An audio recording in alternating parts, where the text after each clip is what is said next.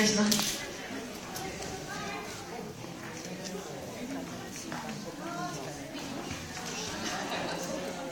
Ladies and gentlemen, good afternoon.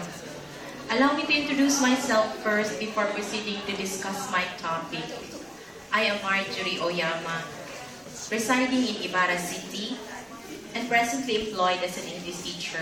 I am also the incumbent president of the Okayama Kurashiki Filipino Circle, or OKPC.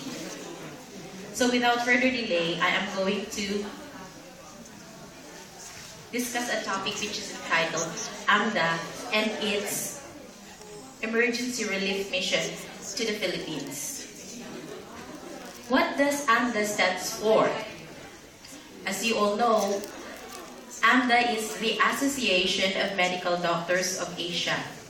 It was established in Okayama and by Dr. Shigeru Suganami in 1984. With its purpose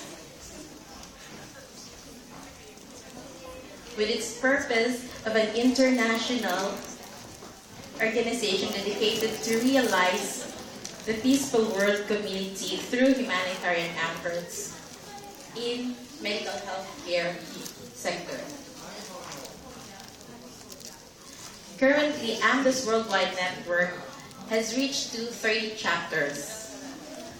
Allow me to mention these countries: Bosnia and Herzegovina, Albania, Sudan, Uganda, Rwanda, Zambia, Kosovo, Pakistan, Sri Lanka, Bangladesh, Malaysia, Indonesia, Kazakhstan, Sakha Republic, Mongolia, Nepal, Korea, Taiwan, the Philippines, Colombia, Vietnam, New Zealand, Canada, Guyana, Honduras, Colombia, Peru, Bolivia, and lastly, Japan. The main headquarters is in Okayama. In addition, the number of countries AMDA has worked in is 65. The number of countries AMDA conducted emergency relief missions reached to 55. And the number of AMDA's emergency relief missions as of September 2012 has gained to a total of 141.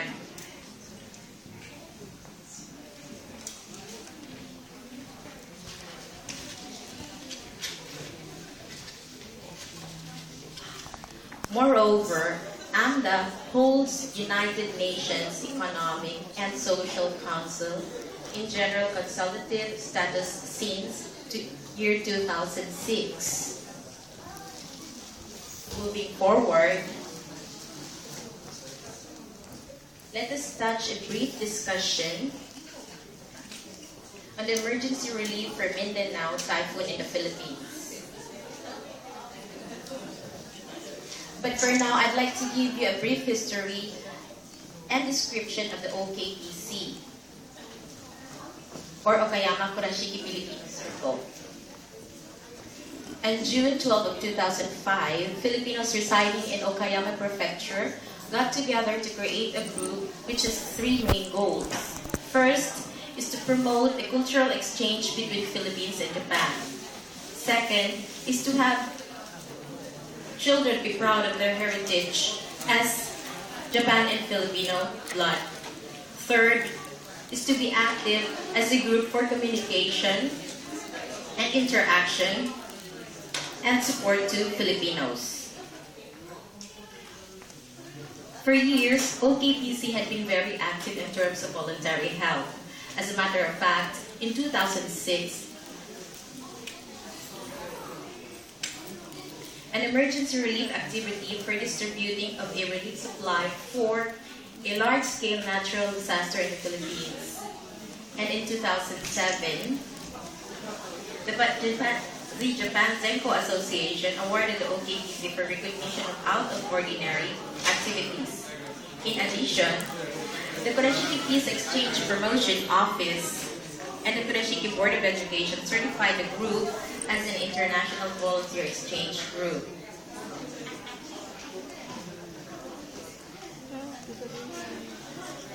OKPC became more and more active active as time passes by. As a result, a collaboration between AMDA and OKPC was made possible. In September of 2009, the AMDA and OKPC collaborated for emergency relief activity that took place in the Philippines due to strong typhoon named Ondoy, or the 16th typhoon of the year, which hit the Luzon Island, the Philippines. It caused a large-scale flood, which was one of the worst water damage in the last 42 years. At least 73 people were dead, 23 of them were missing, and 280,000 people evacuated. Miss Daisy Kodjo, as you can see in the picture, from OKPC joined the AMDA team as a coordinator. AMDA team provided emergency relief supplies such as medications, food, and daily commodities in the affected area. Furthermore, let me discuss the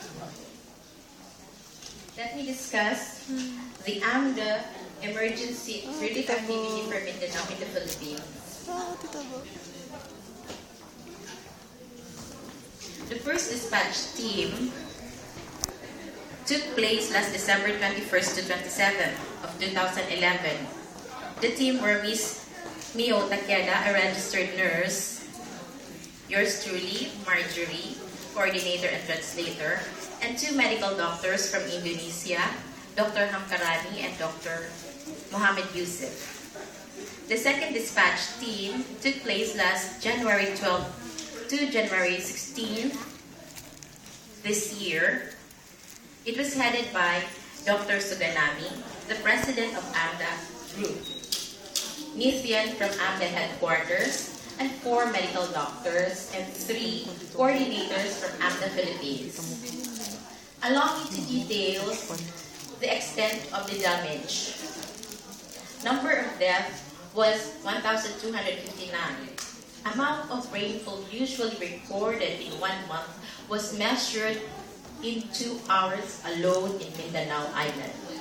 Most residents, especially children, were behind their evacuation and were swallowed up in the muddy stream.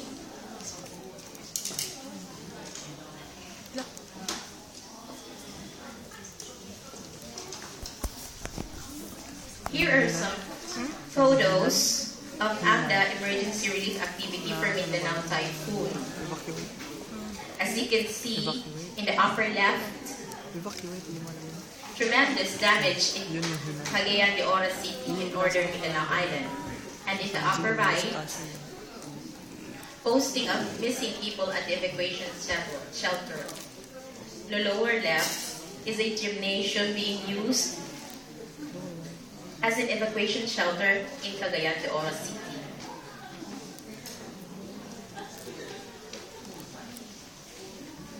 Here are some documented images during the emergency relief activity. First picture shows the distribution of medication and daily commodities. Also an image of collaboration with the AFP or Armed Forces of the Philippines, Misamis Oriental Medical Society, and the Philippine Nurses Association.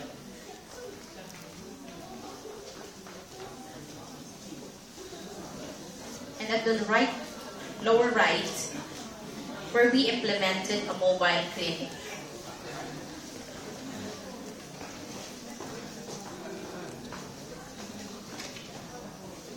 Moreover, a follow-up activity for damages from Mindanao flood by OKPC with the collaboration of AMDA and with the help of the Cagayan de Oro bloggers.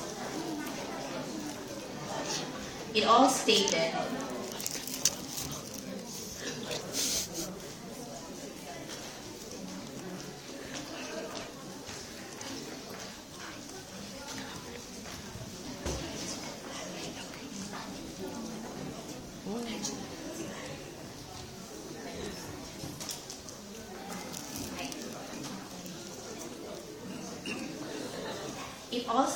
in February of 2012 when OKPC and AMDA called for people to donate ballpoint pens and toothbrush for children in order to send them to the affected areas.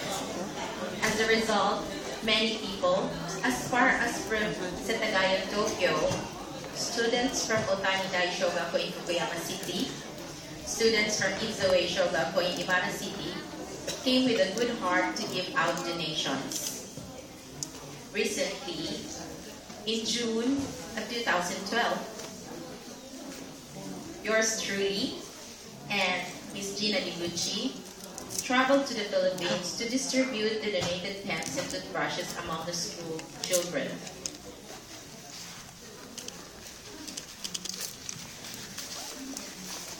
Donations were being divided into two areas, at the Cagayan de Oro in northern Mindanao and in Zambales in northern Luzon.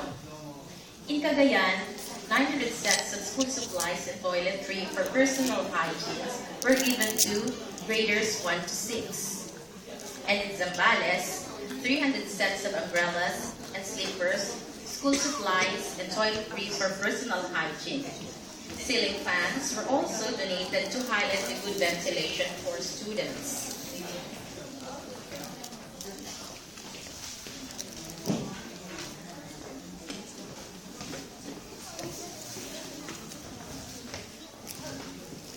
Now it's been 10 months since the typhoon hit the Cagayan de Oro, northern Mindanao, where a lot of people died and suffered from losing a home and other vital possession in life. In June, dated 24th, our group managed to come back and deliver donations as mentioned earlier. During these days, I once again witnessed how painful they still are up until now. Hundreds of families were still living in the tent cities. And some were waiting to be picked up and relocated and be given a relocation site where they can reside. However, I noticed that the area isn't enough to cater one family. It's hard to live in such a minded place like that along with other families. Only a wooden partition lies between each families.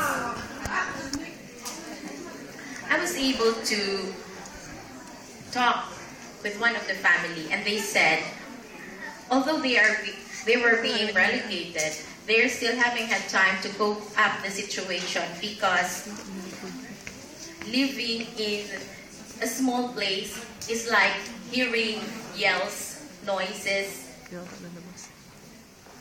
from the neighborhood. Come to think of it, a room that is only that is only a size of 2 double beds. So if that's the case, where else you could move? Where else you could put your kitchen? It was really a heart-wrenching story. But on the other hand, there's a new building built just in front of the tent city. It is a 2-story building that could cater 72 families. And I also saw children around the tent city playing happily as if nothing had happened, and showing to the world that life must go on. I am really thankful that AMDA's immediate response to this kind of calamity is noble and heartwarming because many lives were being considered, and the help they got from AMDA made these victims of calamity smile to the fullest. Thanks to the Lord and for everyone for a job well done.